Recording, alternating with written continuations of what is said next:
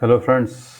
आज के वीडियो में हम देखेंगे कि अगर लास्ट 1 ईयर में किसी ने आरएसआई के बेस पे निफ्टी 50 के इंडेक्स फंड में इन्वेस्ट किया होता। यहाँ पे मैंने एग्जांपल के लिए यूटीआई का निफ्टी 50 का इंडेक्स फंड लिया है।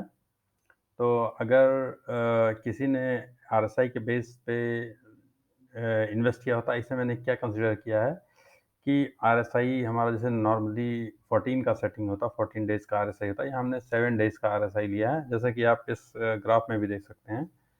तो 7 डेज़ के आरएसआई पे जब भी मैं आरएसआई 30 के नीचे जाता है, उसका जब वापस ऊपर 30 के ऊपर आता है, तो हम उस टाइम पे इन्वेस्ट करते हैं निफ्टी 50 के इंडेक्स फंड में। यहाँ पे हमने यूटीआई का लिया है। तो 1, 2, 3, 4, 5, 6, 7, 8 आप देखेंगे पूरे लास्ट एक साल में 8 बार ये ऐसे मौके आए जब ये आरएसआई 30 के नीचे गया फिर ऊपर आया। तो अगर हम इस तरह से बाय लो स्ट्रेटजी करते हैं तो उस टाइम पे क्या रिटर्न रहता है। इसी तरह अगर एसआईपी करते हैं तो क्या रिटर्न रहता है, वैल्यू एसआईपी करते हैं तो क्या रिटर्न होता है, और लंप सम वैल्यू एसआईपी करते हैं तो क्या रिटर्न होता है, एसआईपी सॉरी जो लंप सम है उसमें क्या रिटर्न होता है। तो ये सारे चीज़ें देखेंगे। जैसे आपके चार्ट में देखते हैं लास्ट 1 ईयर तो 6.75% रिटर्न ये दिखा रहा है अगर हम जो है लंप सम इन्वेस्टमेंट करते हैं।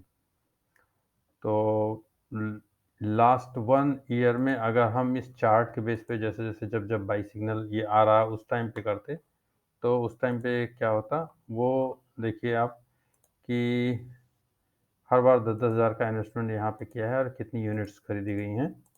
टोटल 617 यूनिट्स जैसे हो गई इसकी, तो टोटल यूनिट 701 और टोटल जो इसकी कॉस्ट हो गई करीब करीब 70,000 के आसपास। अगर हम एवरेज निकालते हैं तो एवरेज कॉस्ट इसकी पड़ रही है 113 रुपये,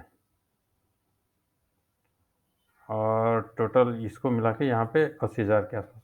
1, 2, 3, 4, 5, 6, 7, 8 8 बार इन्वेस्ट किया है, तो टोटल 80 मतलब हो गया। और कैलकुलेशंस का दिखाता हूँ कि अभी इसका करंट प्राइस 119 रुपये 60 पैसे के आसपास है। एवरेज प्राइस जो इन्वेस्टमेंट का है वो एक साथ 113 रुपये 49 पैसे, 113.49।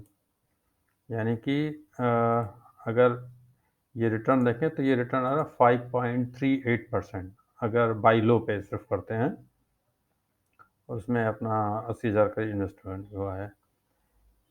इसी तरह अगर आप एसआईपी का रिटर्न जो मनी कंट्रोल वगैरह पे एसआईपी का रिटर्न दिखा रहे हैं लास्ट में, वो 7.67% और लगभग लमसम का भी इन्वेस्टमेंट, क्योंकि I think total return index है, तो ये मान सकते हैं कि लमसम और उसका लगभग ऐसा ही रिटर्न आ रहा है।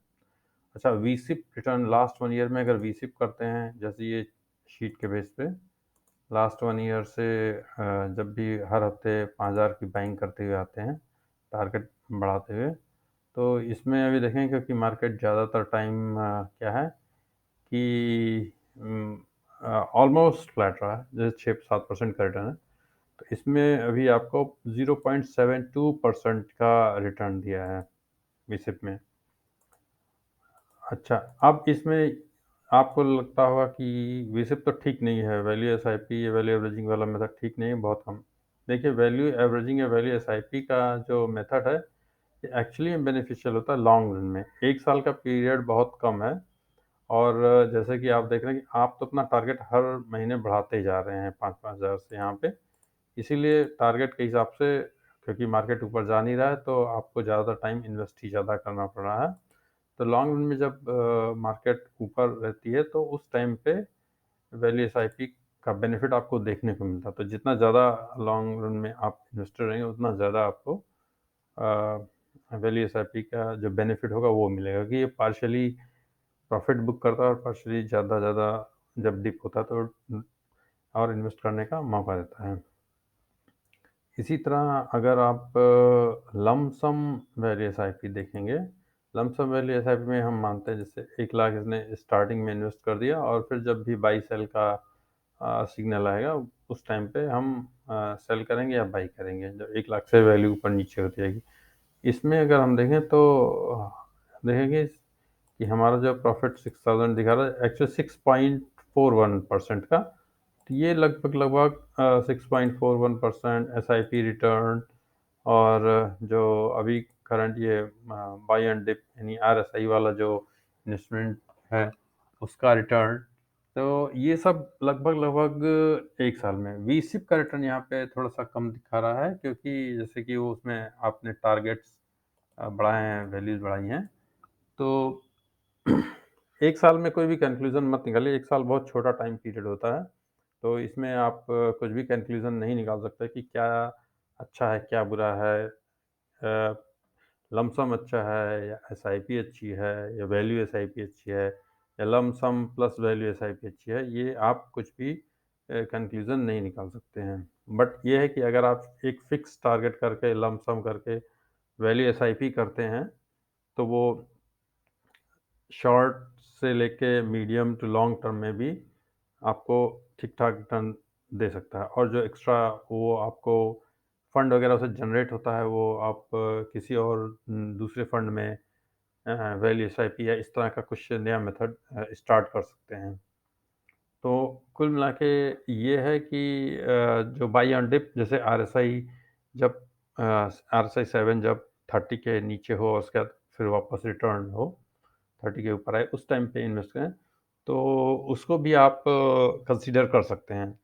तो उसमें भी आपको लॉन्ग रन में एक मतलब ठीक-ठाक रिटर्न वैल्यू एसआईपी टाइप का मिल सकता है। हालाँकि इसमें मैंने सिर्फ़ इन्वेस्टमेंट का ही कंसीडर किया है, कुछ भी उसमें से मतलब विथड्रॉ करने का जैसे कि वीसिप में नॉर्मली बाई सेल दोनों करते रहते हैं, तो सेल करने का कोई ऑप्शन नहीं रखा है, सिर्फ़ बाई-वाई करने का ऑप्शन रखा है। तो लॉन्ग रन में अगर आपको सिर्फ़ बाई करना है, तो आरएसआई के बेस पे ऐसे ही आप एक स्ट्रैटेजी बना सकते हैं, या फिर आप एक मिक्स स्ट्रैटेजी बना सकते हैं, जहाँ पे आप एसआईपी प्लस आरएसआई वाला मेथड यूज़ कर सकते हैं, कि आप एक जैसे आपको अगर 10,000 की एसआईपी करनी है, तो आप 5,000 की एसआईपी कर दीजिए निफ्टी के इंडेक्स फंड में, और जो बचा हुआ 5,000 है, वो आप किसी ultra short term bond fund में या किसी सेविंग्स अकाउंट में या कहीं भी आप